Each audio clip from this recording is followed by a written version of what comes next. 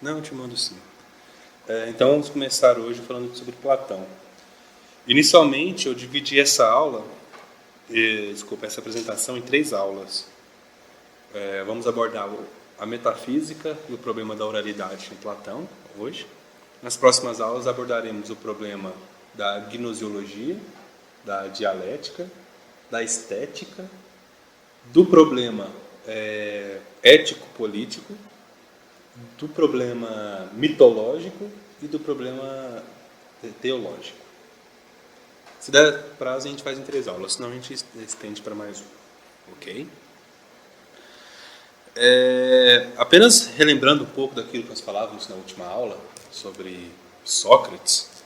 Não sei se você se lembra, mas quando nós dissemos que Sócrates inaugura a filosofia propriamente dita, nós estamos querendo dizer que Sócrates descobre uma nova forma de enxergar a realidade, né?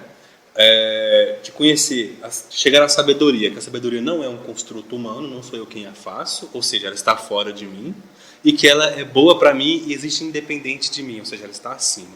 A sabedoria é algo que está fora e acima, é algo objetivo, e que compete ao homem buscá-la.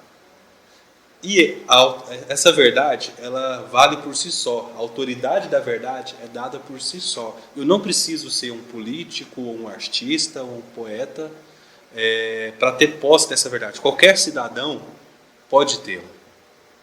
De modo que a autoridade é dada por ela mesma. Né? E que, ao mesmo tempo, eu não posso querer que todos vivam sob o jugo dessa verdade. Somente aqueles que a conhecem entenderão o poder da sua autoridade. Né? E que Sócrates ele nos dá essa... Como é que nós podemos dizer? Ele nos dá essa ideia não, essa verdade de que a verdade é objetiva e que eu a conheço à medida que eu me conheço e eu me melhoro, né? À medida que eu sou virtuoso, que eu faço o exercício da virtude, eu estou apto a ir atrás dessa sabedoria. O filósofo não é um sábio, mas aquele que está em busca da sabedoria porque sabe que ela é boa em si mesma, né? É claro que Sócrates não ficou só nisso e nos trouxe métodos práticos de alcançar essa sabedoria. Aí nós entramos no problema da ironia, da maiêutica, né, da dialética. Só que todo esse sistema está baseado em um princípio, que Sócrates muda o locus da filosofia, ele muda a forma do homem de enxergar as coisas. Ele nos dá uma nova forma. Que forma é essa? É mudando a pergunta do qual é o princípio para que é o princípio. Né? Ele nos dá a ideia de conceito. Certo? No fundo, todo o exercício socrático resume-se em uma única sentença. Sócrates consiste em transmitir de modo sistemático a unidade do objeto em discussão. A filosofia é a busca da unidade. Por exemplo, o problema principal posto por Sócrates é o problema moral, como nós sabemos. A unidade da moralidade consiste no exercício da virtude. E o exercício da virtude consiste na unidade do exercício da reta razão. A virtude consiste em cumprir a natureza para a qual a coisa foi criada. A virtude do cavalo é ser um bom corredor. A virtude do cachorro é ser um bom guarda, um bom companheiro. E a virtude do homem é usar bem a razão. Certo? Então, ele sempre busca a unidade das coisas, sempre busca o conceito das coisas. Certo? Então, esse é o espírito da filosofia a partir de agora. Como nós dizíamos antes, a filosofia pré-socrática é, na verdade, uma pré-filosofia. Dos grandes discípulos que ouviram Sócrates, talvez, ou apenas o que nós conhecemos, né, somente Platão conseguiu absorver isso em sua grandeza, em sua essência. Né? Como nós vimos, outros discípulos de Sócrates afastaram-se bastante do mestre ou pegaram apenas elementos parciais do sistema socrático.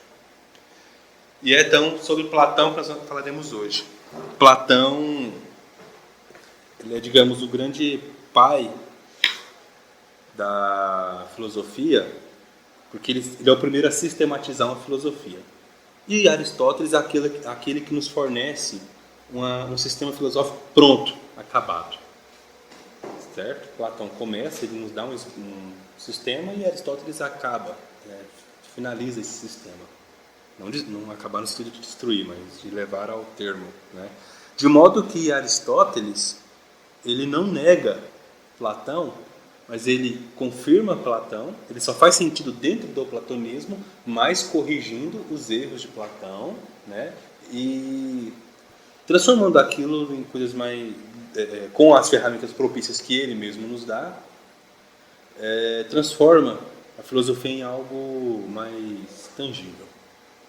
Ele nos dá um sistema filosófico pronto do qual nós possamos nos orientar.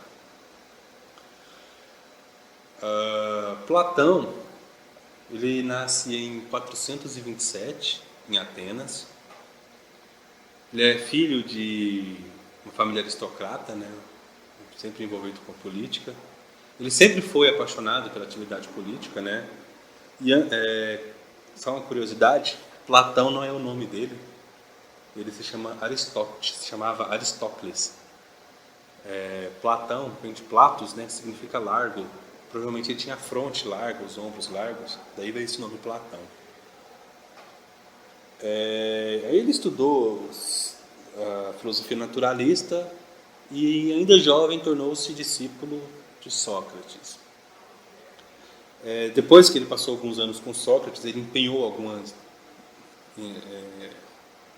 ele empreendeu algumas viagens ao redor do mundo, foi para a Ásia, foi para as regiões mais orientais da Europa.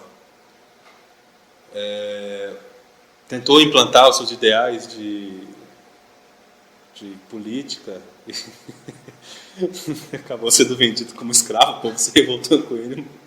Acabou sendo vendido como escravo e olha que puta azar, puta miséria. Foi comprado por um discípulo dele. E ele acaba voltando para a Grécia, né? E nesse meio tempo nós temos aí a morte de Sócrates, a condenação de Sócrates por aquela elite aristocrata, democrata, e ele acaba se tomando um grande desgosto pela atividade política e acaba ficando mais ligado à filosofia. Funda a famosa academia, destinada ao rei Apolo, ao deus Apolo, desculpa. Na verdade, Apolo é um cara que nós vamos voltar aí a ele durante o decorrer do curso. Tem algumas coisas interessantes. E aí ele fica na Grécia o resto da vida, né? É um homem de grande prestígio, gozou de grande fama na sua época. Dizem que o velório dele foi algo assim. Foi um acontecimento em Atenas e tal. Foi um homem muito famoso. Platão, nós temos uma tensão muito interessante com Platão. Porque Platão é o primeiro filósofo cujas obras completas chegaram até nós. São aproximadamente 36 escritos. Ao menos todos aqueles escritos que os antigos filósofos citaram como de Platão, chegaram até nós. Todos os diálogos, exatamente. Só que é curioso, nós temos um problema muito legal, porque se por um lado todos os escritos de Platão chegaram até nós, por outro lado, os escritos de Aristóteles não chegaram todos até nós. Aproximadamente somente 1/3 das obras de Aristóteles chegaram para nós. Só que as obras de Aristóteles que foram perdidas são as obras exotéricas. As obras esotéricas com S, você lembra a diferença? Esotérico com X, esotérico com S? Então, as obras esotéricas de Aristóteles chegaram em integridade para nós. De modo que todo o sistema filosófico de Aristóteles está exposto em suas obras. Então, por mais que haja uma ou outra divergência sobre uma interpretação de Aristóteles, de modo geral, nós temos bem claro o sistema aristotélico. Já com Platão, acontece uma coisa curiosa. Porque, embora nós tenhamos todos os diálogos platônicos à disposição, a filosofia platônica não chegou a nós em sua totalidade, em sua inteireza. O próprio Platão afirmou no Filebo que o essencial do seu pensamento não estavam naqueles escritos. Nós nunca encontraríamos um escrito com todas as suas obras, ou com todo o seu pensamento, desculpa, e que nunca encontraríamos, né? Não tinha e nunca encontraríamos. Porque aquilo que era essencial ao seu pensamento, ele transmitiu por oralidade. É o que ele chamava de agrafa dogmata, né? Os seus ensinamentos não escritos. Mas, graças a Deus, nós temos muita gente filha da puta no mundo, gente teimosa, né? E algumas pessoas nos trouxeram nos transmitiu essa tradução, essa tradição. Nos transmitiu os princípios orais de Platão. Então os diálogos foram escritos por ele ou foi aulas dele? Não, por ele. Por ele, tá? Então nós temos Alexandre de Afrodisia, Dionísio,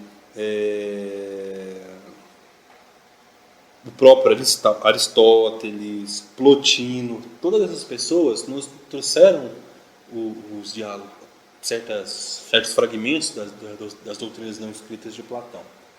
De modo que, no século XX, nós tivemos um grande historiador da filosofia, que já é famoso, o Giovanni Reale, que desenvolveu um trabalho maravilhoso de tentativa de reconstrução e da integridade do que seriam as doutrinas não escritas de Platão, com essa maravilhosa obra chamada Para uma Nova Interpretação de Platão, em que ele expõe de modo exaustivo, no bom sentido, né, claro, toda a doutrina não escrita de Platão, mostra nas próprias obras a coerência, né? Enfim, faz um exame historiográfico maravilhoso.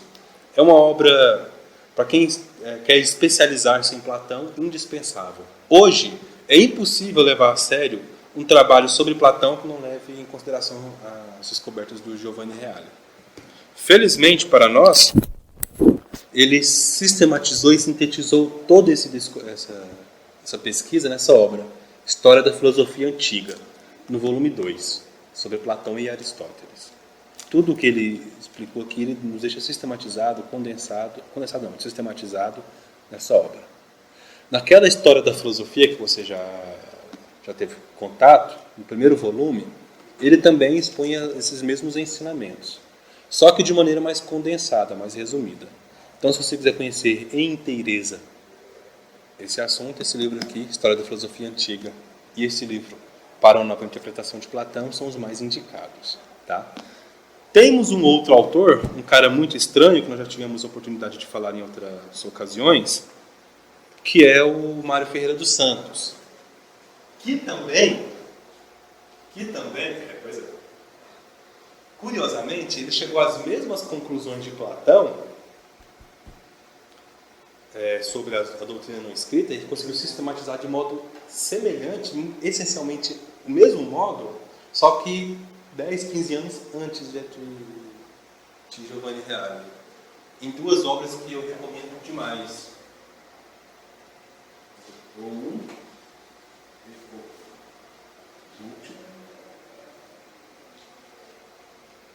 Platão.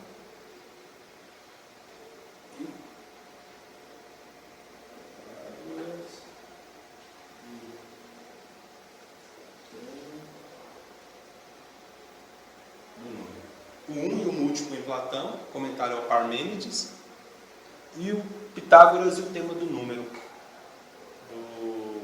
ambos do Mário Ferreira dos Santos. Não sei se você se lembra, mas na nossa aula sobre Pitágoras eu te passei um trecho dessa obra dele. E não sei se você se lembra, eu deixei para explicar Pitágoras depois, porque ele está muito próximo a Platão. Porque Platão estudou com os pitagóricos, e teve contato com a filosofia pitagórica e influenciou muito esse pensamento. Ok? Ok. Sim, outra coisa que é importante falar. Como nós sabemos, Platão escreve em diálogos e ele nunca coloca-se como interlocutor, né? Ele sempre fala pela boca de Sócrates. O que levou alguns historiadores do século XIX e século XX a lançar dúvidas sobre a idoneidade de Sócrates, como nós dissemos na aula passada, né? De modo que é muito difícil a gente conseguir separar o que é Sócrates daquilo que é Platão. Então nós optamos por aquele outro método que nós expusemos em outra aula, né? Um método fenomenológico, de não tentar confrontar os vários escritos sobre Sócrates, que eram díspares, davam Sócrates totalmente diferentes, mas sim ver o que tinha antes e o que tinha depois e equiparar a mudança, o que tinha antes de Sócrates e depois de Sócrates. Né? Não conseguiríamos nos aproximar. De modo que é muito difícil estabelecer em uma ordem cronológica os escritos de Platão. Algumas pessoas tentam, mas é muito difícil. Geralmente se faz uma divisão das obras de Platão em grupos. 9 grupos de 4 livros cada grupo, reunidos sobre assuntos afins. Ok? Eu vou te passar a relação desse grupo, porque eu acho que é importante quando você for ler Platão. Tá bom?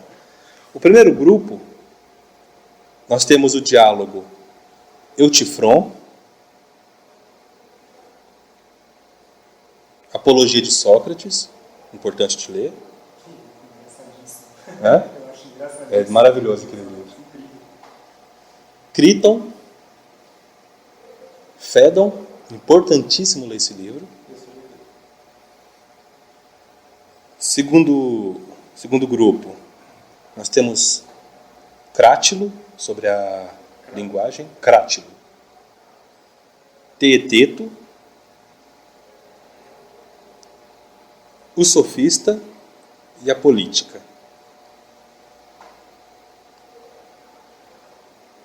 O terceiro grupo,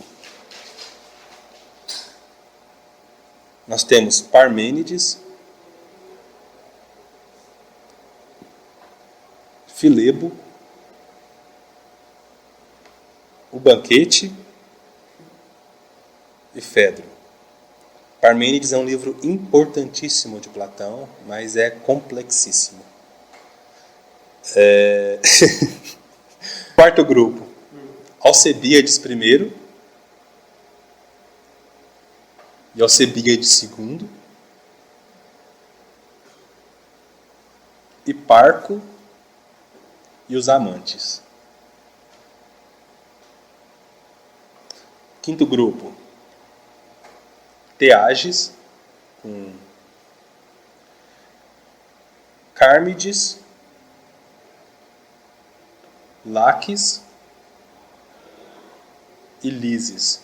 Lises, eu não sei se você se lembra, nós comentamos na aula sobre Pitágoras que provavelmente é dele os ensinamentos áureos de Pitágoras. Né? Sexto grupo, Eutidemo, Protágoras, Górgias, outra obra importantíssima de Platão, Mênon.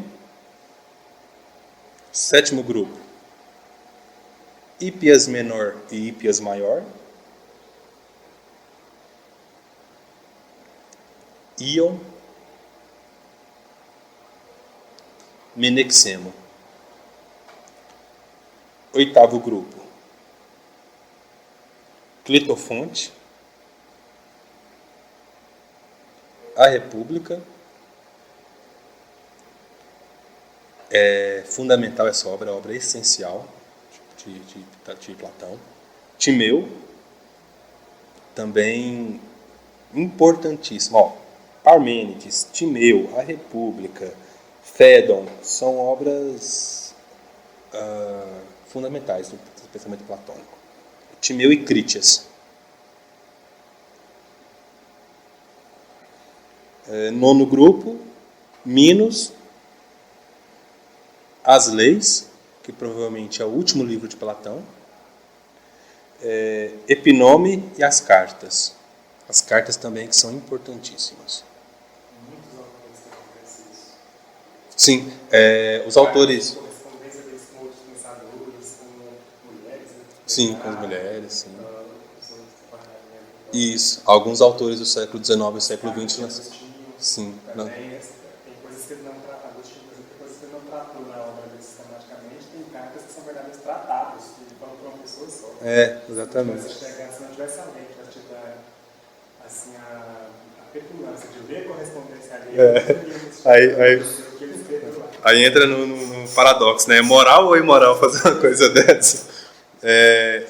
As cartas, realmente, alguns autores lançam dúvidas sobre a sua idoneidade, só que o Reale mostra que são idôneas, porque elas confirmam vários princípios das outras obras, principalmente as doutrinas não escritas, que ele fala exaustivamente nas cartas, ele também fala no Filebo, no Teeteto, na República. A bem ensinada é só olhar o século de repente. Só olhar o CEP, tá lá. Só ver o selo lá. Tá. Então essa é a disposição que geralmente se faz às obras de Platão. Só que nada disso teria nexo se não fosse as doutrinas não escritas de Platão. A oralidade dialética, podemos assim dizer. Né? Se nós conseguimos reconstruir o que seria a oralidade dialética de Platão em sua integridade, né, que é a proposta do Reale, e que, ao meu ver, ele consegue fazer de modo maravilhoso, esses escritos, eles perdem a sua autarquia, a sua independência. Geralmente, algumas pessoas leem geralmente não, de modo geral, as pessoas leem esses escritos como escritos independentes uns dos outros. Eu estava reparando nesse livro, por exemplo. Só que, na verdade, eles não são independentes. Ou, ao menos, os escritos que já pressupõem a doutrina não escrita. Eles são dependentes uns dos outros. Há uma evolução na obra de Platão, só que é uma evolução dentro de um sistema. Compreende? De modo que, nesses livros, Platão não nega a doutrina não escrita, mas também não afirma.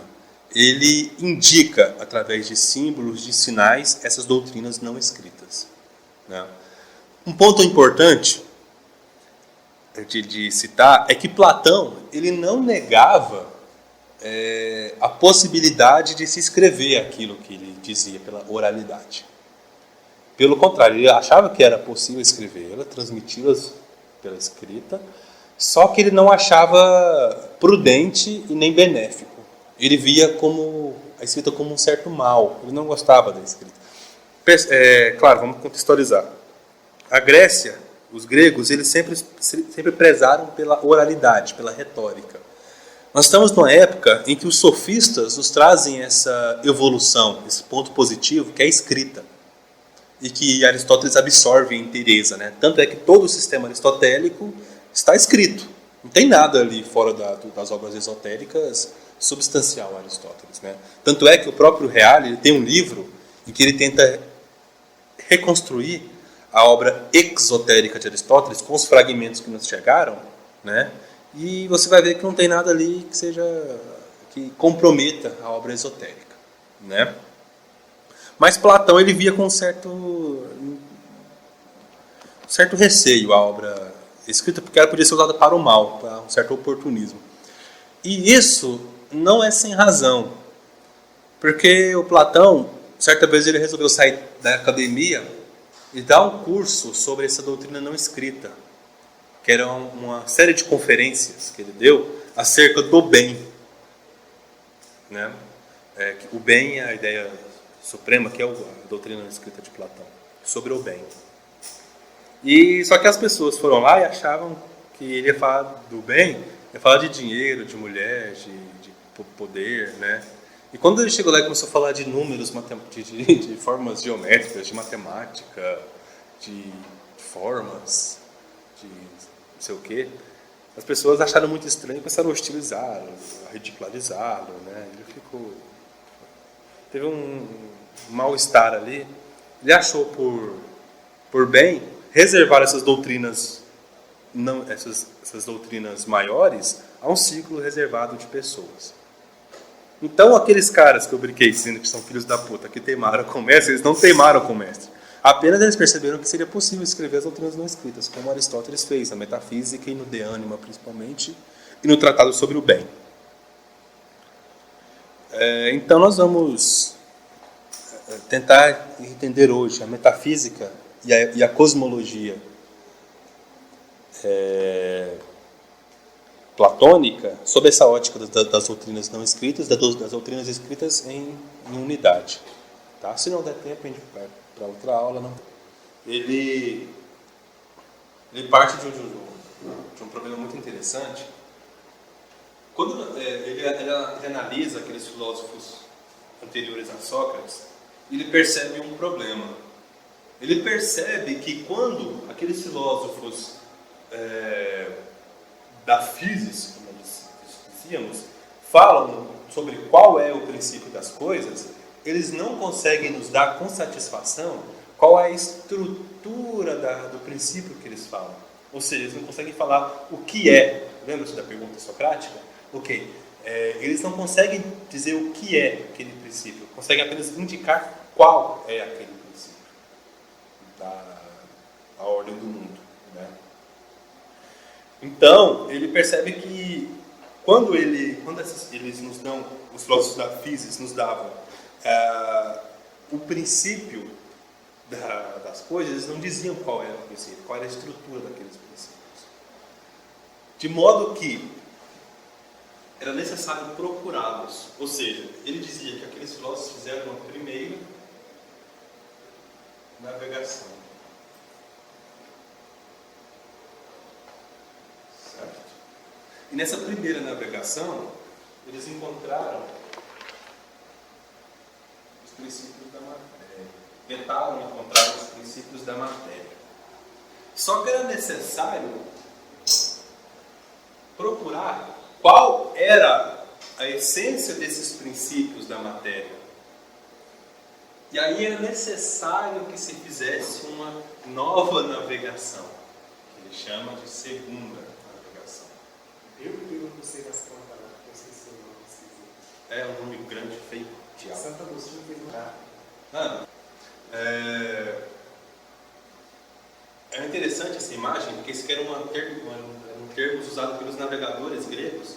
A primeira navegação, na linguagem grega popular, era aquela navegação feita à vela, em que o próprio vento ia levando e você tomava o curso naturalmente. A segunda navegação, uma navegação feita a remo, navegação mais árdua, mais cuidadosa, mais... A primeira pré-socrática? Isso, aqueles filósofos pré-socráticos. Platão viu a insuficiência dessa primeira navegação, porque eles não diziam qual era a estrutura, os princípios. Seria a mesma coisa de eu dizer qual é o princípio do mundo. É a água, fogo, são todos elementos, é o nous que está na matéria. E no fundo, quando alguém me perguntar por que Sócrates aceitou ir para a sua condenação, ele foi por causa dos seus músculos, dos seus ossos, dos seus nervos. Mas escreve isso ionizando, né? Na psicologia de Sócrates. É lindo esse livro.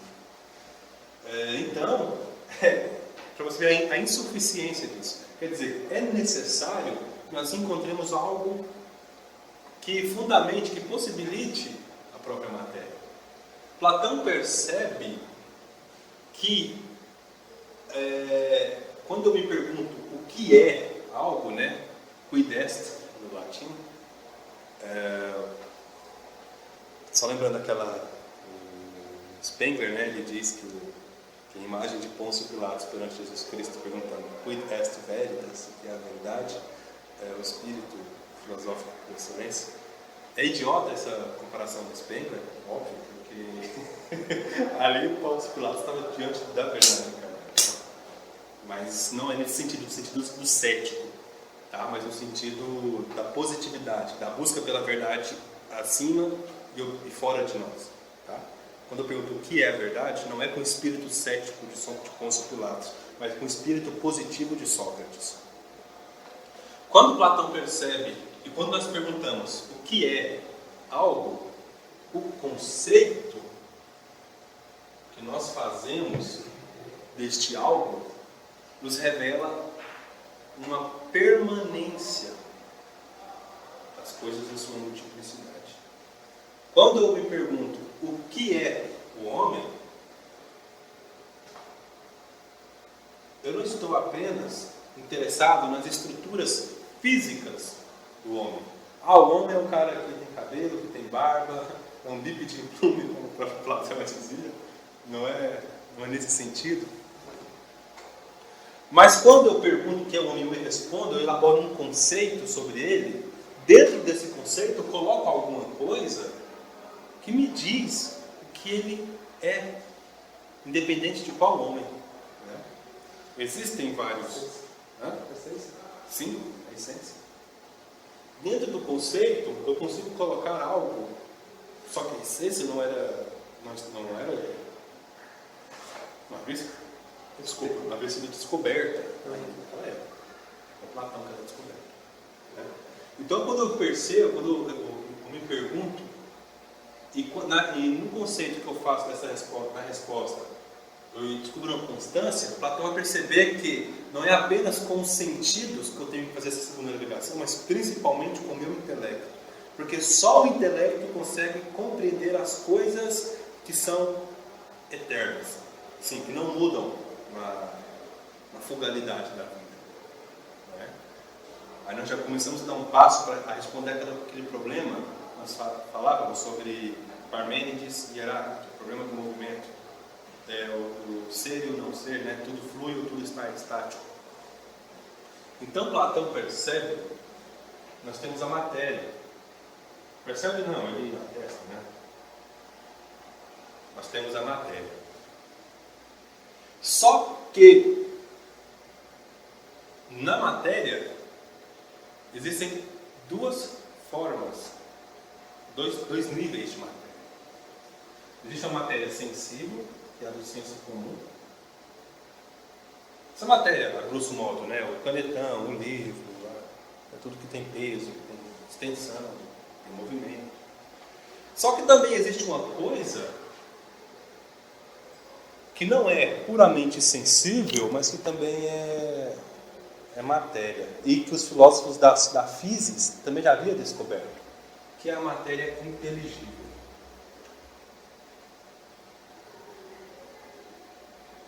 Que é a matemática, a astronomia, a música. No Fedon dá um exemplo belíssimo da harmonia, né? Enfim, são todos essas disciplinas, elas trabalham com coisas que nós não vemos, né, não tocamos, mas cujos resultados são efetivos, estão nas coisas. A música, por exemplo, eu não vejo a harmonia, eu não consigo mensurar a harmonia, mas eu consigo ouvi-la, né? A harmonia ela não está na corda. Quando eu toco um violão, a harmonia não está naquela corda, mas ela flui da corda. Mas ainda é algo físico. A astronomia é a mesma coisa, a matemática é a mesma coisa. Matemática no sentido pobre do termo, você lembra? Então, Pitágoras, nós distinguimos da matemática vulgar, que é essa do 2 mais 2 é 4, e a matemática maior. Não é? Mas Platão percebe que esses dois níveis de realidade ainda não são suficientes para explicar as coisas. Eu não posso tentar reduzir esses entes sensíveis a esses, fundamentados nesses. Não posso dizer que existem duas canetas porque existe o número 2. Existe algo ainda maior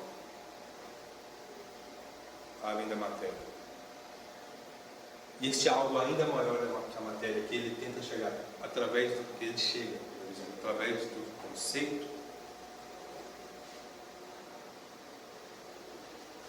é a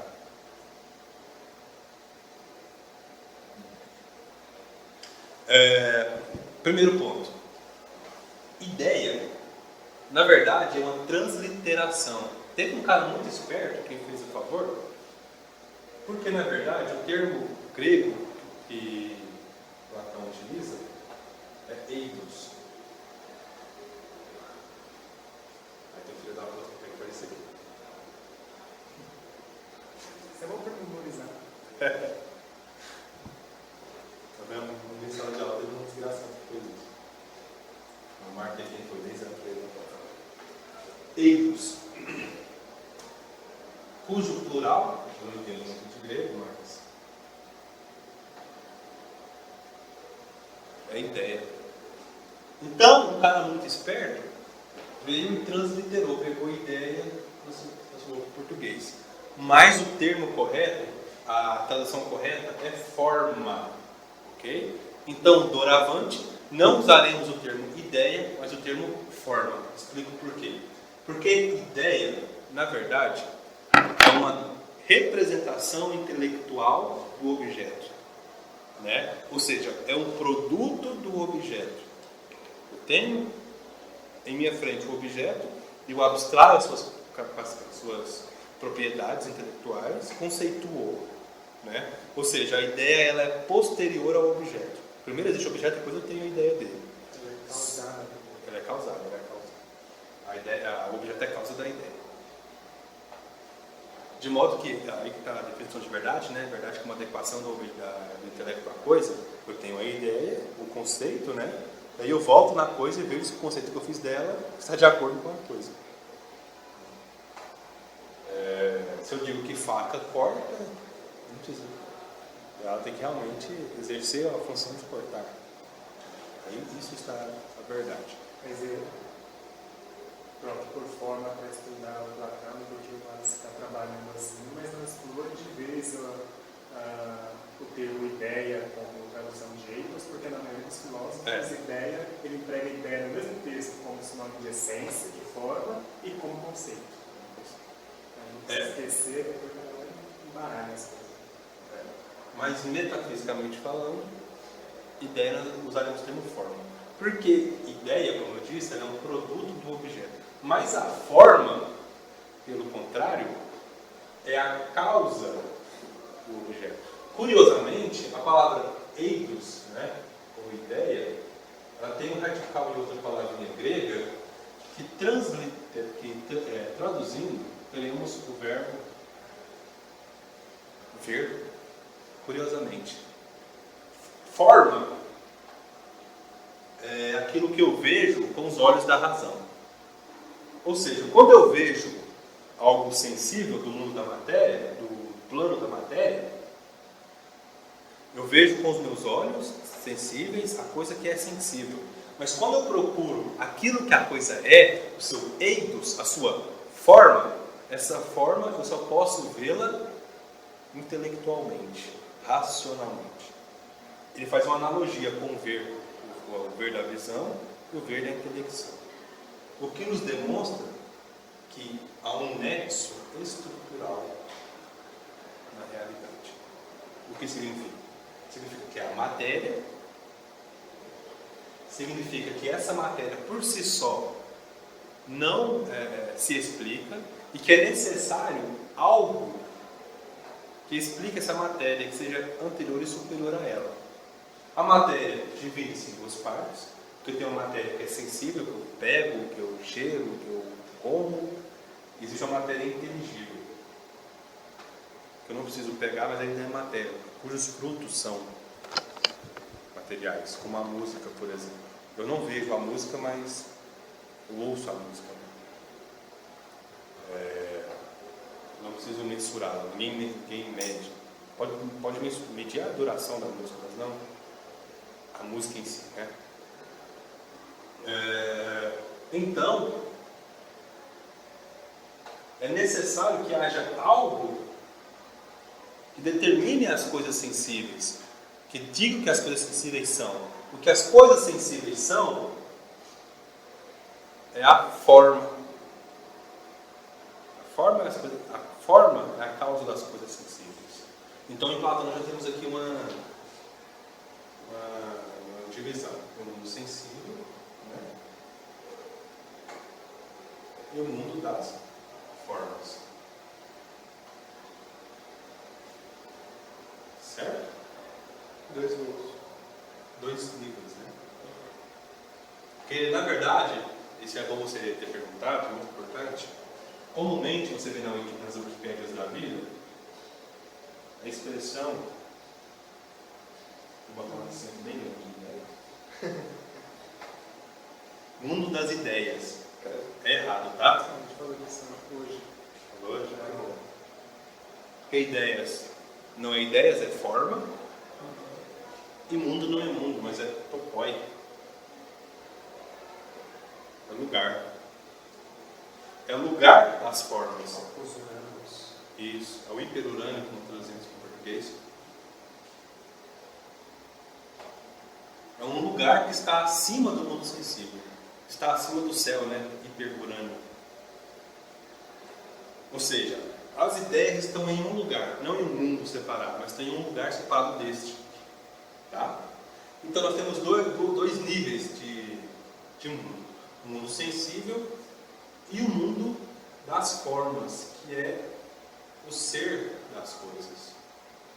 Quer dizer, por que existe o Farley? Porque existe uma forma que possibilita a existência do Farley. E esta forma é a forma de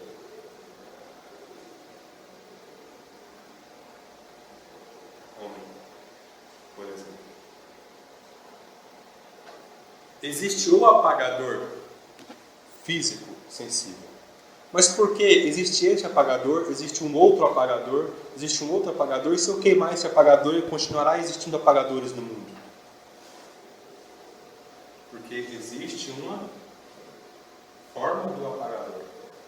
A forma do apagador eu não vejo com os meus olhos, eu não consigo ouvi-la, nem pegá-la, nem sentir os seus frutos sensíveis, mas eu posso vê-la através dos olhos da razão. Quem gosta de termos compostos da filosofia pode chamar de o apagador em si. O apagador, Para para quem toma curso de Heidegger, né? O apagador em si. Aí põe um A aqui, um bíblia aqui, né? Apagador. Em si. Ou em outro.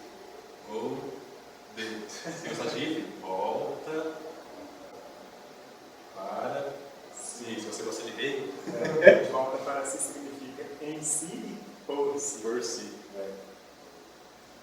Ou no mundo também, que é legal pra caramba. Então, existe o apagador em si, a coisa em si. Não a coisa em si kantiana, mas a coisa em si platônica. Tá tudo tranquilo? Não, né? Não tô. Pra mim. Está tranquilo em si. Tá tranquilo em si. Tá tranquilo e favorável em Fala si. ainda não. O mundo pegando fogo, a gente não Platão, esse pode. Então, existe um mundo sensível, mas ele não se explica, ele não dá por si só o seu nexo, a sua estrutura, né? Existe então algo que faz com que as coisas sejam o que elas são. Porque as coisas são o que elas são é a forma das coisas. Certo? Ou seja, se existe o Farley e existe o Adriano, é porque existe a forma de ser humano que possibilita a existência do Farley e do Adriano.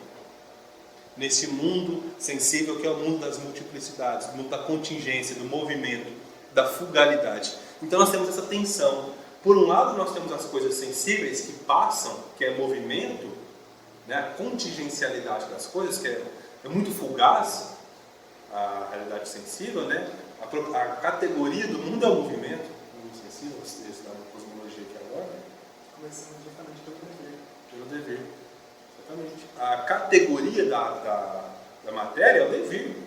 Ou a crise, né? Como diz o Mário Ferreira dos Santos. Nós estudaremos bastante com Platão. A categoria da matéria é a crise, é a ruptura, a separação, a perca. Se nós vermos o mundo da realidade, o mundo apenas do seu aspecto sensível, nós só temos isso. Só movimento, só dever, só crise, só ruptura, só queda, só geração e morte. Mas, por outro lado, existe algo que é constante nessa matéria. Existe algo que está ali que preserva a integridade nas coisas. Você é o Farley hoje. Você não é o mesmo Farley materialmente de ontem. Está provado cientificamente que nós trocamos as células do nosso corpo a cada um ano, ou 3 anos, não sei. A gente tem célula pra caralho e a gente vive trocando esse negócio. Materialmente falando, você não é o mesmo Farley. Mas formalmente falando, você é o mesmo Farley. Formalmente falando, você é o mesmo Farley que quando tinha 2 anos de idade. Mas sua matéria mudou. Mas a sua forma, não. E se Deus te der a graça de você morrer amanhã você continuar sendo Farley. Se você morrer. Para fazer um pouco de contato que nós vimos ali no âmbito da mudança, eu falei das mudanças acidentais, daquele tipo de mudança. O segundo tipo de mudança tinha 3 subtipos, né? Contraposto à mudança substancial, quando Aristóteles disse que quando toda mudança há uma coisa que muda e outra que não muda, a substância, a forma. O eitos, a ousia, né? Ousia isso. Natureza. Foi o primeiro conceito de essência, então? O primeiro conceito de essência é forma. Eitos.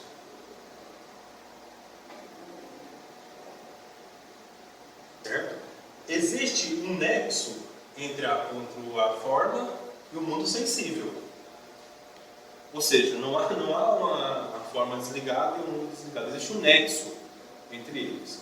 Ok? E esta relação que há entre as formas em si, a coisa em si, para usar a linguagem kantiana, mas não é no sentido kantiano, e o mundo sensível, Platão usa vários termos em sua obra, mas que dão o mesmo sentido. Mímese, participação, parousia, imagem, e um outro termo, agora não me lembro.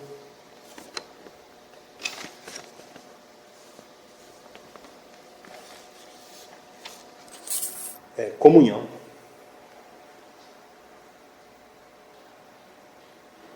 Tudo isso para o sensível, que na verdade é o material. Tudo isso para designar a relação das formas com o mundo sensível.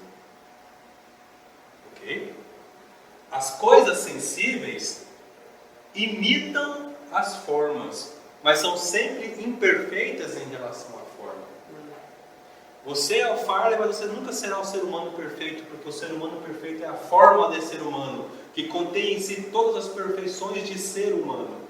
E se você algum dia conseguir atualizar certas perfeições de ser humano, você atualizará porque existe a forma que possibilita essa atualização. E se amanhã outro ser humano conseguir atualizar essas mesmas perfeições, será porque existe uma forma. Eu dizia que a essência é quem possibilita as coisas que, as perfeições que você pode adquirir em ato, ou seja, estão inscritas na sua forma todas as suas potencialidades. Por isso você não tem potência de criar. É interessante a gente ver isso, que a gente vê como Aristóteles está próximo de Platão e não longe. Porque depois ele dá a noção de ato e potência. Você vai ver que não está contrária com Platão. Eu achei que ato e potência era agostiniano. Não, é de Aristóteles. Agostinho resolve aquilo de outra maneira. Conheceu Aristóteles. Mas chegou às mesmas conclusões. Ou seja, isso é uma prova de que essa distinção é evidência. É da própria razão, né? Quer dizer, se 2 caras em períodos históricos tão distantes sempre tivessem acesso ao outro. Pelo contrário, tinha outro problema que dificultava isso, porque Santo Agostinho teve acesso às obras de lógica de Aristóteles, né? Que ainda afastava ainda mais a compreensão da metafísica de Aristóteles, né? Por Santo Agostinho, por intuir, né? Santo Agostinho não podia intuir a metafísica de Aristóteles, e tinha um outro problema que era a lógica que atrapalhava essa intuição. Então, para você ver, dois autores monstruosos falando da mesma coisa.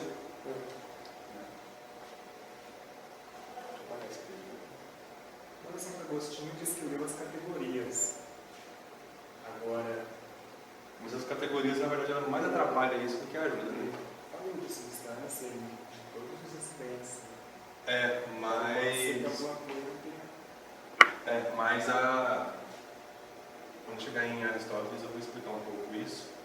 A leitura do Arcano de Aristóteles antes da metafísica mais atrapalhou a escolástica do que a leitura. Curiosamente. Enfim. Não que a escolástica ficou prejudicada, mas teve um desenvolvimento histórico bastante curioso. Mas enfim, há uma relação entre as formas e o mundo sensível, não são duas coisas separadas, porque senão não teria o ser humano Far, né? O ser humano Adriano maior que esse menor. São os escritos exotéricos com essa. Com essa. Isso atrapalha todas as traduções depois. Só para foder com tudo.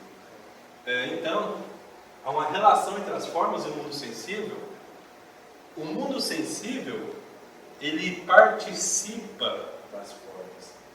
Ou seja, há algo nele que lembra as formas. Certo? O mundo sensível tem uma parousia com as formas, uma presença.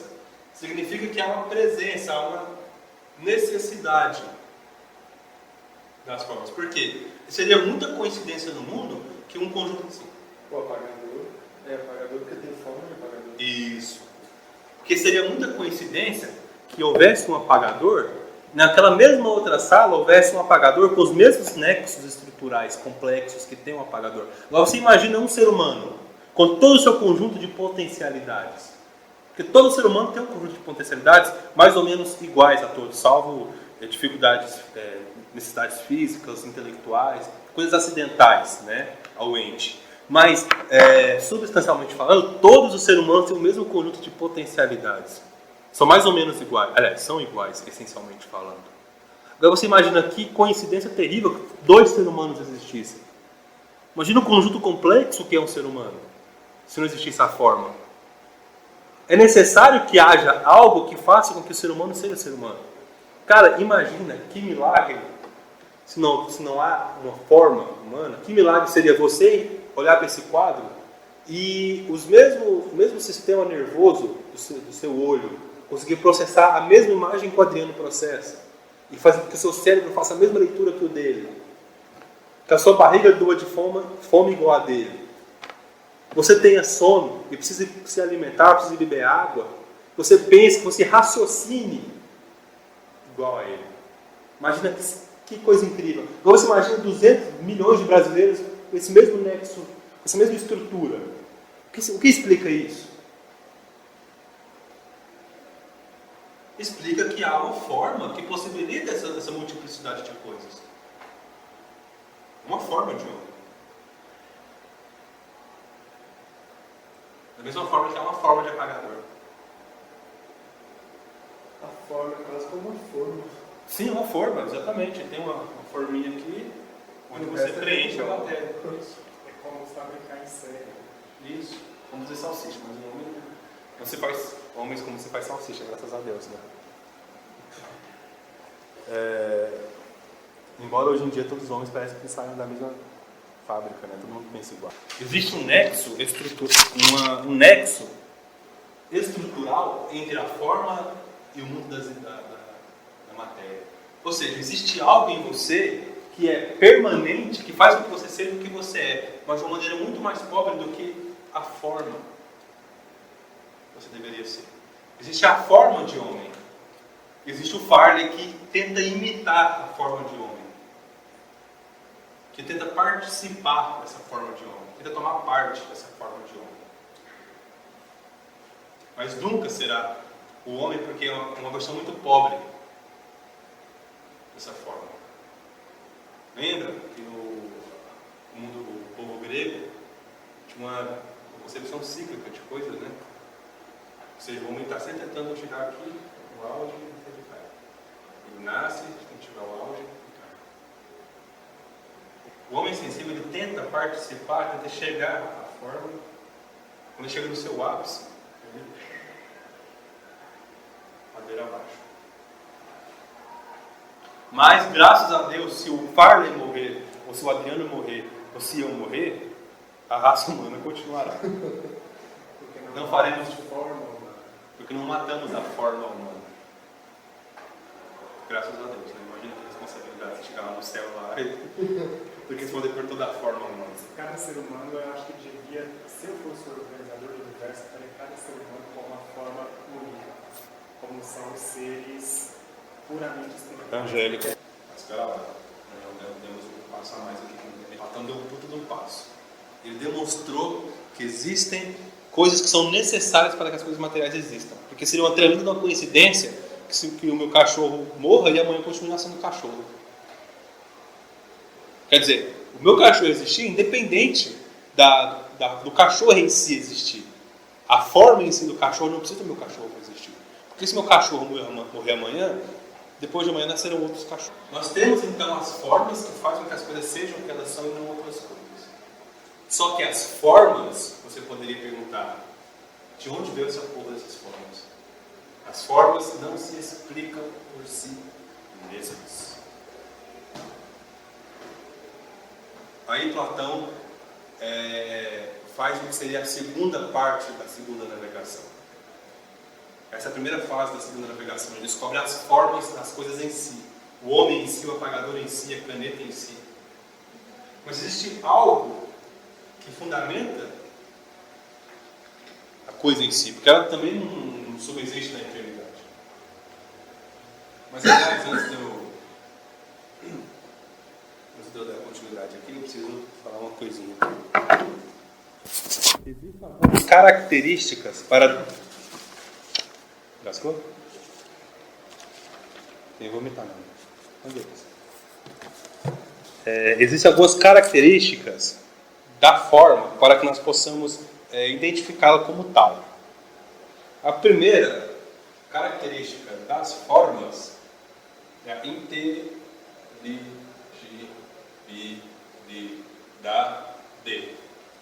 Que parece já óbvio, né? Como nós dissemos agora. Porque as coisas materiais não se explicam por si mesmas. Tá? Se ela é inteligível, ela naturalmente também é corpórea. Isso, ela não tem corpo, ou seja, ela não está nesse julgo do devir. Ela é eterna. Se ela é eterna, não tem corpo. Você não vê elas andando por aqui. Hã? Você não vê elas andando. Graças a Deus, ninguém vê a humanidade tomando café na lanchonete da faculdade, né? Ela também é imutável. E você imagina uma forma de homem que muda. Você seria um gênero diferente dos gêneros passados. Né? Ela é ser em sentido pleno. Nós somos ser em sentido pobre. Nós somos ser que tentamos imitar a forma, mas a forma é ser em sentido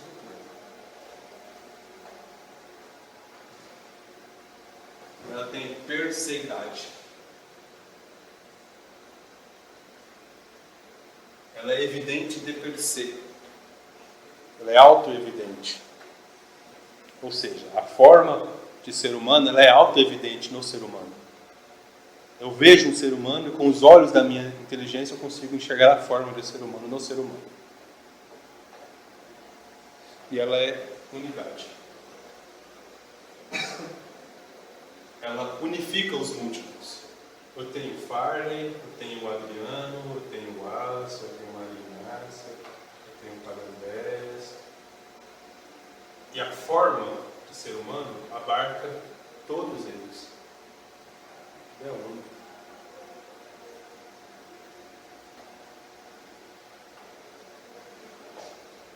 Essas são as características do ser. Lembra um pouco a árvore de porfírio. A árvore de porfírio, né? Uhum.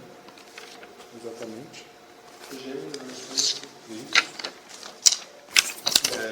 Existem ainda os gêneros de ser, mas eu vou abordar quando chegarmos aqui ao topo do sistema metafísico de Platão.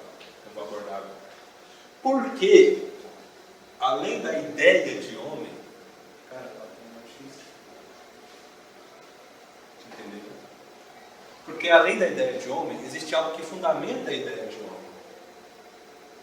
O que fundamenta a ideia de homem? Aí nós entraremos, eu vou fazer um esqueminha aqui. Que nós vimos acompanhando, tá? Só que as formas, como eu disse, não explicam-se por si só, não é? E é necessário que haja algo que explique as formas. Então, acima da esfera das formas, nós temos uma outra esfera.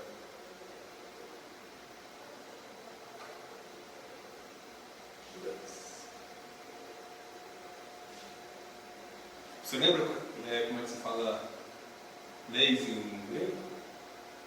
Não. Você é o cara, hein?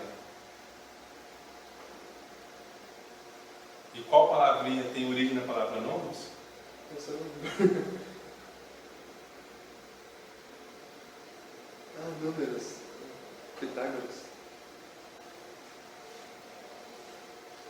Como alguns contemporâneos gostam de falar.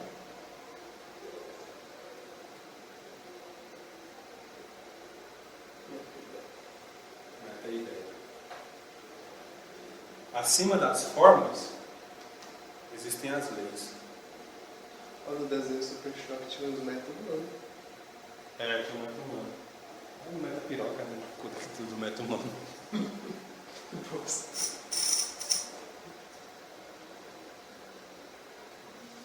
As formas são fundamentadas em leis. Existem leis que dizem que a forma humana... Por exemplo, mesmo que uma mochila seja diferente uma da outra, eu consigo identificar a mochila. Por causa da... Lei. Não. Licença? Não. Da forma. Da forma. Quase tudo é a mesma coisa. Mais ou menos. Existe a forma de mochila. Agora, por que É uma existe? lei imutável. É uma lei imutável, incorpórea, incorruptível, evidente de per si. Né? Todos aqueles princípios são esses. Só que essa forma, ela tem uma proporcionalidade intrínseca. Ela tem uma integridade. Uma proporcionalidade intrínseca. Tem nela uma constância. Você se lembra que com Pitágoras nós dizíamos que o número é aritmos, também é nomos? Aritmos é a coerência interna e o nomos é a lei, a coerência externa, a harmonia.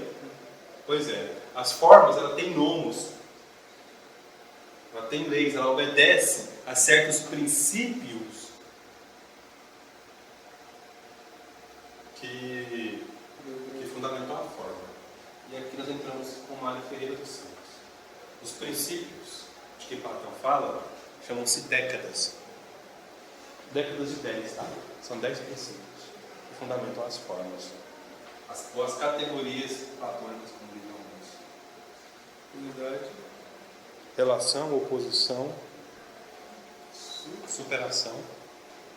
Eu quando vi esse negócio eu fiquei com você vomitar. Eu não entendi como alguém podia chegar a coisas tão complexas. Certo? Nós temos a matéria, nós temos a forma, que é a causa eficiente da matéria. Você lembra as 4 causas? Não, não é só que nós vamos ver, das 4 causas. A causa eficiente, aquela que faz. A forma ela faz a matéria, da onde procede a matéria. Só que a forma também tem uma causa eficiente, que são as leis, ou os nomos, os princípios, ou a meta-ideia. Todos esses são sinônimos, tá? Quando você lê algum autor falando de nomos, de leis, de princípios, de meta-ideia, em Platão nós estamos falando da mesma coisa. De um conjunto de categorias que fundamentam a ideia e preservam a sua integridade, a sua proporcionalidade intrínseca. Ou seja, cada ideia é o que ela é em si mesma, certo? Ou seja, todo homem, desculpa, a forma de homem é o homem em si, O conceito. não só um conceito, mas é a realidade. O conceito é a ideia. Agora, o homem é forma. O homem em si é uma forma, ou seja, ele é uma realidade, algo que existe, e ele é homem em si, ou seja, ele é imutável, ele não muda. Ele é incorpóreo, ou seja, ele não está sujeito às leis do devir. Ele é evidente por si só. Ele é objetivo porque ele tem leis que preservam essa integridade. Que são essas leis? Unidade, relação, oposição, reciprocidade, forma, harmonia, evolução, superação, integração e unidade transcendente. São formas pitagóricas que Platão herda da segunda fase do pensamento pitagórico, já mais evoluído, do Lises, principalmente, do Filolau. Inclusive, o Timeu, quando ele foi escrito, um discípulo de Filolau acusou Platão de plágio, disse que ele havia plagiado um livro de Filolau. Isso já, sabe-se que que foi mentira, que não é verdade, não procede. Mas, enfim, para você ver a proximidade. Nós temos o canetão, nós temos milhares de canetões no mundo que desaparecerão daqui 2, 3 anos. Esses milhares de canetões que existem hoje provavelmente não existirão mais. Mas daqui 5, 6, 7, 8 anos continuarão existindo outros canetões. E por que continuará existindo vários outros canetões? Por causa da forma. Por causa da forma. E o que é a forma? São leis. Leis? Não. A forma é o que a coisa é em si mesmo. Existe um canetão que é perfeito. Mas o que faz ela ser em si mesma? O que ela faz assim em si mesma? Nós vamos chegar lá. Então tá bom. Ok? O canetão sensível, ele é sempre imperfeito. Ele sempre tem uma imperfeição. Igual o ser humano sensível, o ser humano que nós vemos. Ele sempre tem uma imperfeição, porque ele é matéria, e a matéria ela está sujeita ao devir. Né? Mas existe uma forma de ser humano que é íntegra, que contém em si tudo aquilo que é ser humano. Entendeu? Não. Sabia, gente? Ela contém em si tudo que é ser humano. Certo?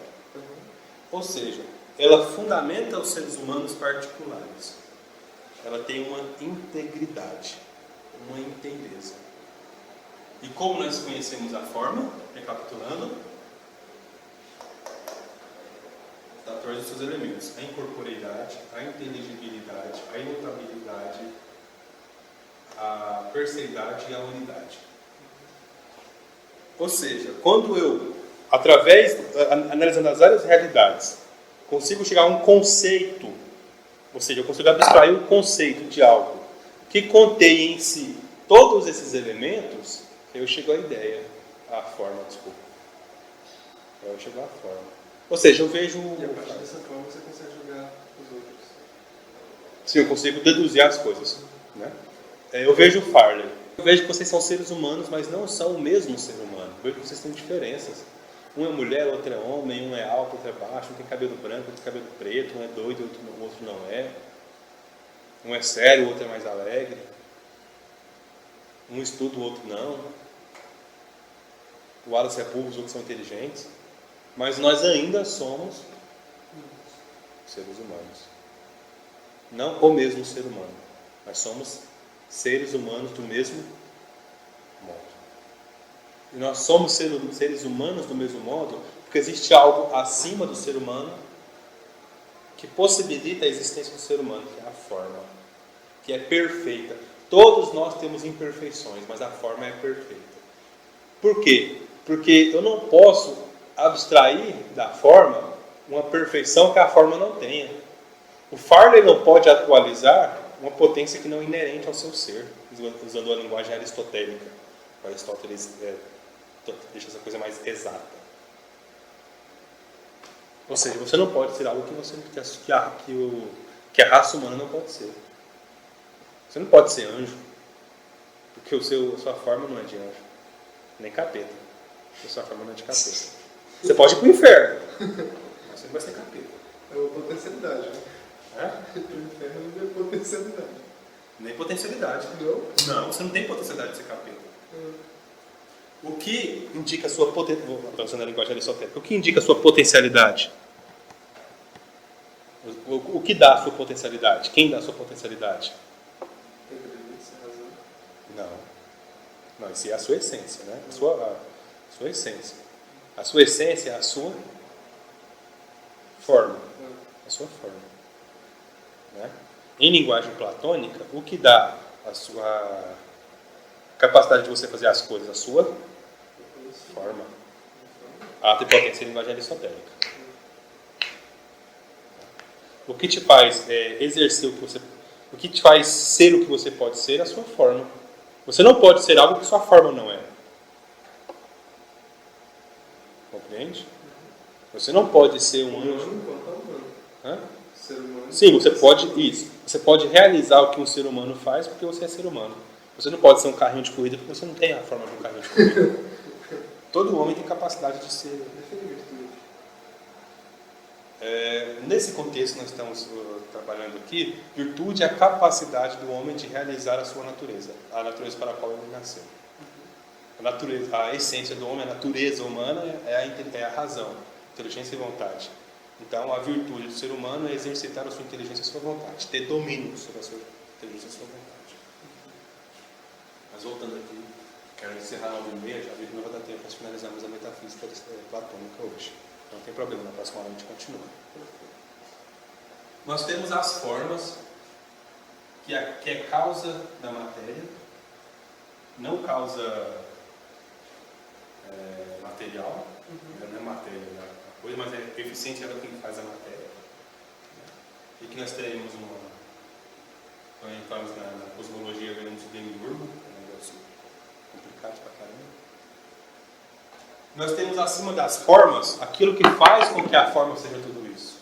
A forma ela é íntegra, ela tem perseidade, imutabilidade, incorporeidade, imutabilidade. Ela não muda. Ela é eterna, no sentido de que ela não muda. A forma de homem continuará sendo a forma de homem ontem, hoje e amanhã. Perceba que eu estou em contexto platônico. Tá? Porque ela é uma lei, ela é verdade absoluta. Porque ela é a verdade absoluta. Por quê? Porque ela tem leis que possibilitam isso. E essas leis... Sim? Continua. Não pode falar. Não dá para falar aí na pergunta.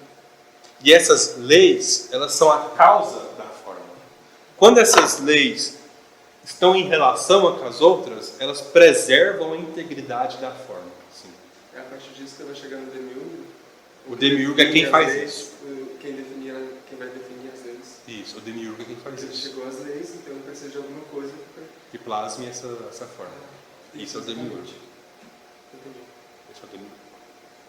E nós falaremos quando o sistema aqui estiver pronto. Mas é muito boa essa pergunta, está pelo caminho certo. Exatamente. O demiurgo. O demiurgo só faz sentido quando eu chegar ao topo aqui dessa... Nós temos as formas e as leis.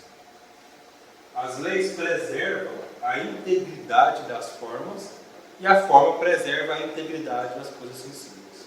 Percebe que o nexo estrutural entre as coisas, vê que não são dois mundos e que isso já elimina a leitura tradicional de Platão como ele era como um dualista. Geralmente, antes de Reale, as pessoas entendiam Platão como dualista. Tem o mundo das ideias e o mundo sensível. Não. Está todo em um nexo estrutural único.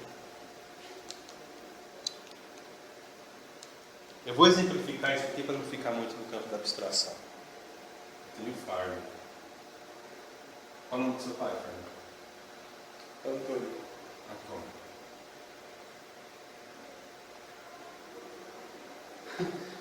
Biologicamente falando, é Edson. Antônio tá ótimo. Beleza. Vocês são Homens. homens. Você tem a forma de homem. Certo? Só que, além de homens, vocês têm uma de Vocês têm a forma de um. Vocês têm uma relação de pai e filho. O Antônio, ele é seu pai. E você é o filho dele. Você só existe por causa do Antônio. O Antônio é causa formal de você. E também causa material de você. Se ele não tivesse te gerado, assim, sua mãe te gerou, mas se ele não estou usando pai aqui, se ele não tivesse te gerado, porque não é só sua mãe, mas também seu pai que te gera, você não existiria. Ou seja, você tem uma dependência formal do seu pai e uma dependência material do seu pai. Só que em contrapartida, o seu pai não tem uma dependência formal de você. Seu pai não precisa de você para existir. Se você não tivesse nascido, o Antônio continuaria sendo o Antônio.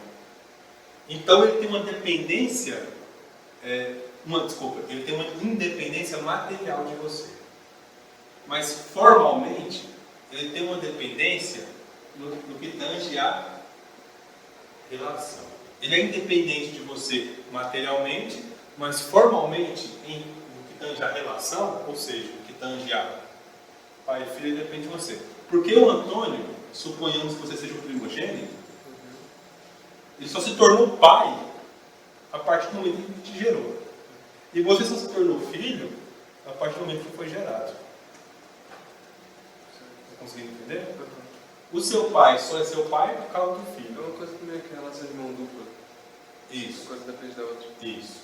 E se você só é filho por causa do seu pai. Só que o seu pai tem uma prioridade ontológica sobre você. Ele veio antes de você. Então ele tem, em relação a você, a harmonia na integração, ele é Antecedente. de você. O seu pai só se tornou seu pai por causa de você. Você só se tornou filho por causa do seu pai. Só que seu pai veio antes. Ou seja, vocês dois têm a forma de homem, só que acima da forma de homem vocês têm uma relação de paternidade e filiedade. Só que acima da paternidade e da filiedade existe os logoi, também de antecedente, de consequente. Santo Agostinho usa o pensamento platônico para expor a Santíssima Trindade, que para mim é uma das páginas mais belas da história da filosofia. O Adriano conhece Santo Agostinho muito melhor do que eu, mas eu me arrisco a falar um pouco aqui. A Santíssima Trindade ela não é explicada racionalmente, mas a sua existência pode ser demonstrada como razoável.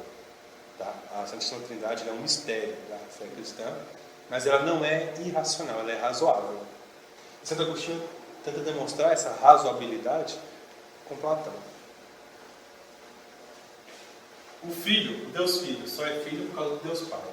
Deus Pai só é pai por causa do Deus Filho. Parece que há uma relação parece que há uma hierarquia aqui.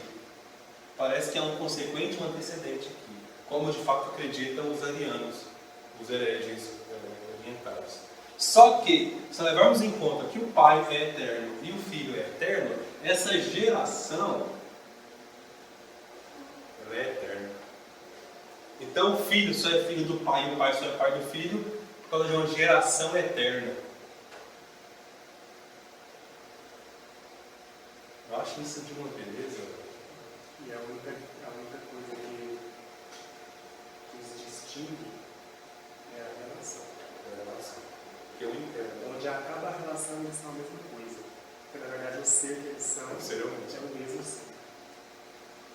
E a relação deles chama-se Espírito Santo. O Deus Espírito Santo, que é a terceira pessoa da Santíssima Trindade. Eu acho essa uma das páginas mais bonitas da história da filosofia. Mas no mundo aqui da Terra, o Antônio tem prioridade ontológica sobre o Farley.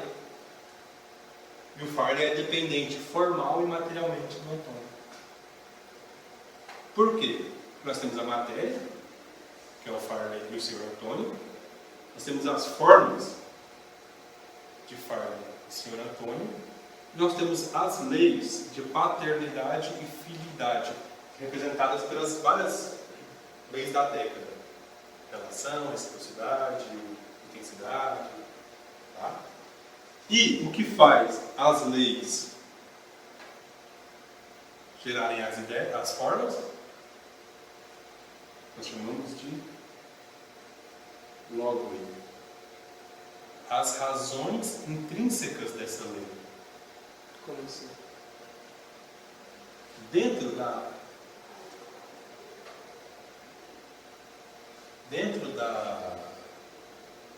lei de antecedente e consequente, da relação de antecedente e consequente, eu posso participar pai e filho.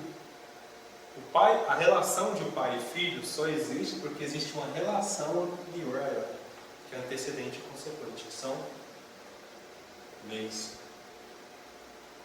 Platão é bonito, né? A filosofia platônica é maravilhosa.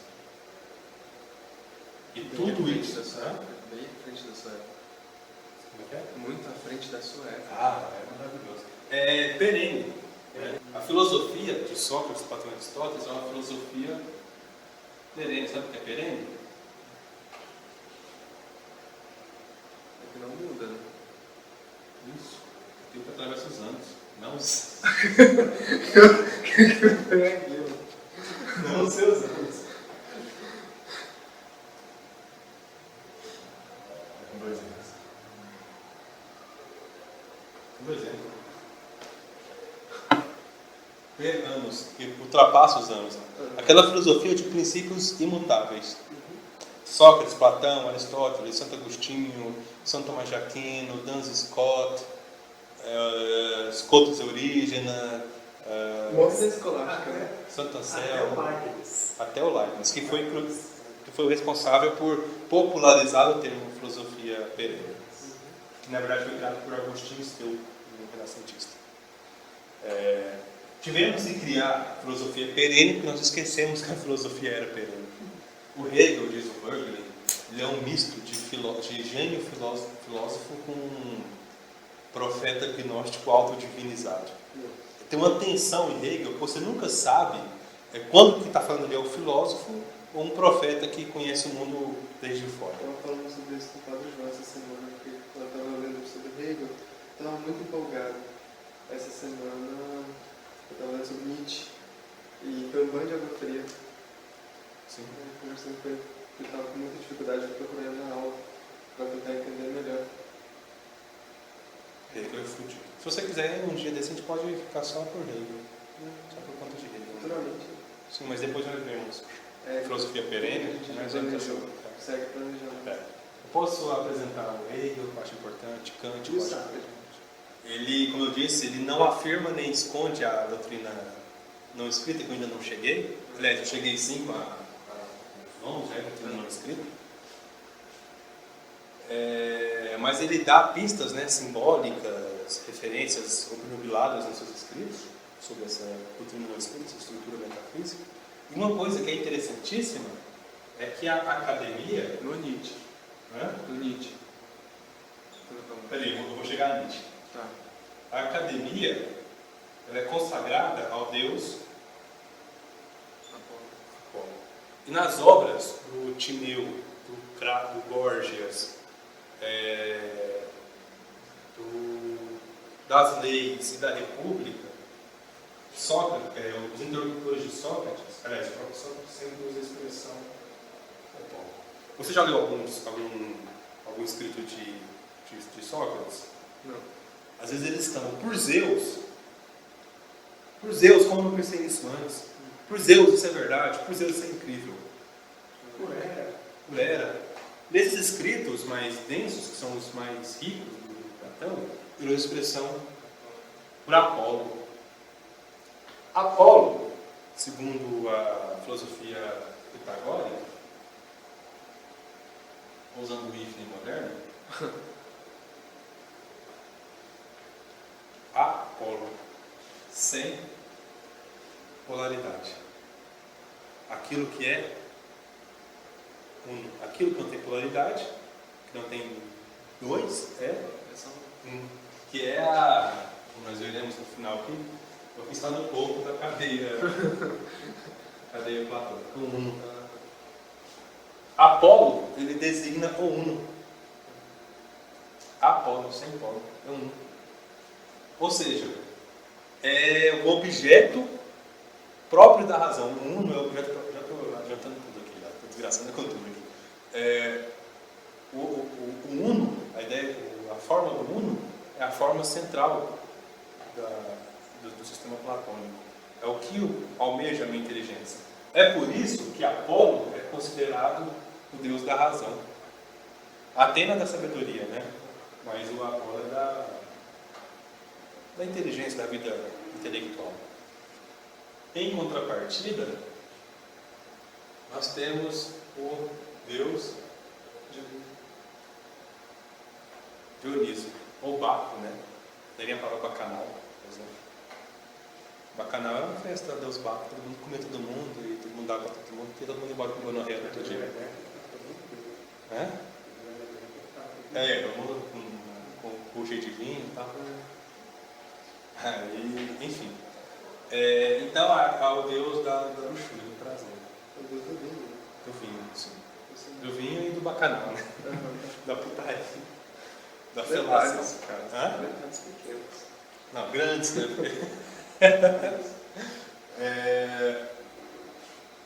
Só que, no homem sensível, essas duas coisas coexistem. Sabedoria e luxúria. Não só sabedoria e luxúria, mas representadas na ideia de animalidade e racionalidade. Sim. O homem tem inclinações que podem levá-lo para as luxúrias mais degradantes do mundo. Mas também existe. E também, ao mesmo tempo, ele é capaz das coisas mais altas e mais maravilhosas. Né? Interessante a própria figura do homem. O homem é ereto. Ele vive com o pé no chão, com as coisas, em relação com as coisas baixas, mas a sua inteligência aumenta as coisas altas. O homem ereto é reflexo disso. Ou seja, há uma unidade no homem do dionisíaco e do apolíneo, das coisas baixas e das coisas altas. Mas isso é a própria constituição do homem, porque nós somos sensíveis, nós somos imperfeitos. É a imperfeição de que falava Platão. Mas essa é a nossa condição ontológica, nós somos imperfeitos. Só que, quando Nietzsche tenta romper essa relação, curiosamente, ele diz que o homem não deve ser apolíneo, mas só dionisíaco. Ele está rompendo com uma característica do próprio homem. Ele está negando o caráter humano do homem, as suas vicissitudes. Não estou justificando, pelo amor de Deus. Mas estou dizendo que isso é inerente ao homem. Todo homem tem desejo e cabe à razão a virtude de bem ordená-los. Nenhum desejo no homem é inútil. O apetite sexual, a fome, a sede, o frio, tudo isso é necessário para a nossa sobrevivência. Se nós não tivéssemos essas paixões, nós morreríamos. Se eu não sentisse fome, eu não saberia que é hora de comer, eu morreria de inanição. Se eu não sentisse desejo sexual, eu não procriaria, a espécie não continuaria. Se eu não sentisse sono, eu não dormiria, eu começaria a alucinar e depois morreria. Todas as nossas paixões têm uma finalidade. E compete a nossa razão ordená-las. Ou seja, o dionisíaco não deve ser negado, mas ordenado. Quando Nietzsche rompe com essa ideia, ele está rompendo com a humanidade, que é a essência do homem e a sua racionalidade. Né? Ele reduz o homem a uma animalidade. Ele desliga o caráter sacro do homem, o caráter transcendente do homem. Ele rompe com toda a tradição filosófica. Nietzsche teve alguma... Bom, pelo que eu vi, ele é de origem luterana. Sim. Mas ele teve algum trauma com a religião? Sim. Porque Sim. Mesmo na área da arte, que ele se destacou muito, dá para definir ele como um filósofo que perseguiu o cristianismo, a visão dele. Sim, a visão de cristianismo que o Nietzsche tinha era a visão de luteranismo. O pai dele era pastor luterano, você bem lembrou. É uma visão muito fria, muito seca de homem.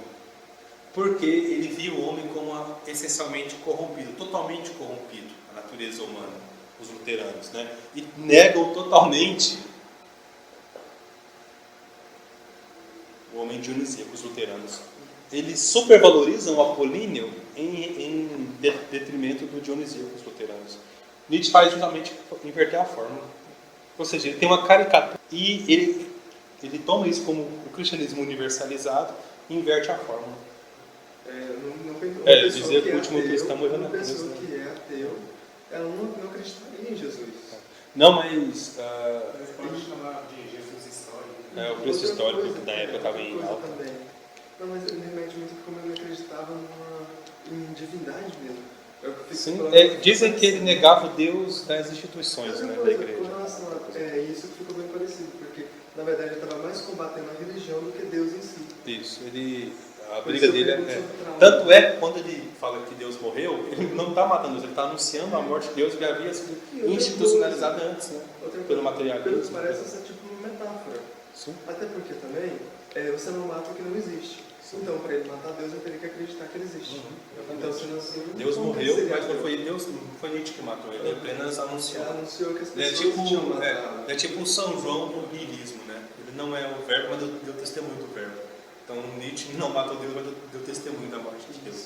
Mas, o que eu acho mais interessante é o caráter psicológico desse problema, é que Nietzsche, a vida dele, ele fracassou em todos os setores que é necessário um bom exercício, um bom domínio do dionisíaco. Como soldado, ele fracassou. Ele foi soldado, fracassou, voltou para casa. Ele fracassou como homem da casa. Ele era um puta de um escravo da irmã dele. Ele fracassou como homem. Que foi trocado, a mulher quis. Quer dizer, em todas as... O que eu acho interessante é isso. Ele exalta o homem dionisíaco, mas ele mesmo era apolíneo. Em vez de ir lá para a guerra e matar todo mundo, em vez dele botar ordem na casa, em vez dele falar, meu, Beto, uma vergonha, esse homem sou eu, ele era apolíneo, ele estava lá escrevendo. Pois é. Tem também influência de Schopenhauer, pessimismo. Não, mas sim, o Nietzsche, ele foi um grande pensador. Assim. Sim. Mas, na verdade, ele não foi filósofo. Inclusive, algumas universidades na Alemanha não ensinam Nietzsche. Eu também não vi filosofia no Nietzsche. Ele não é filósofo. Por exemplo, o Hegel, quando ele entra com... Hegel é filósofo. Ou quando ele entra com a síntese, que é a dialética, cara, aquilo ali você consegue sentir pensamento. Aquilo te inspira a pensar. Sim. O Nietzsche você não consegue pensar nisso. Não. A dialética hegeliana, ela vem de Platão, você vai entender por quê. Quando chegarmos ao topo da... Então, eu acho que hoje não vou conseguir finalizar aqui, transgredir as leis.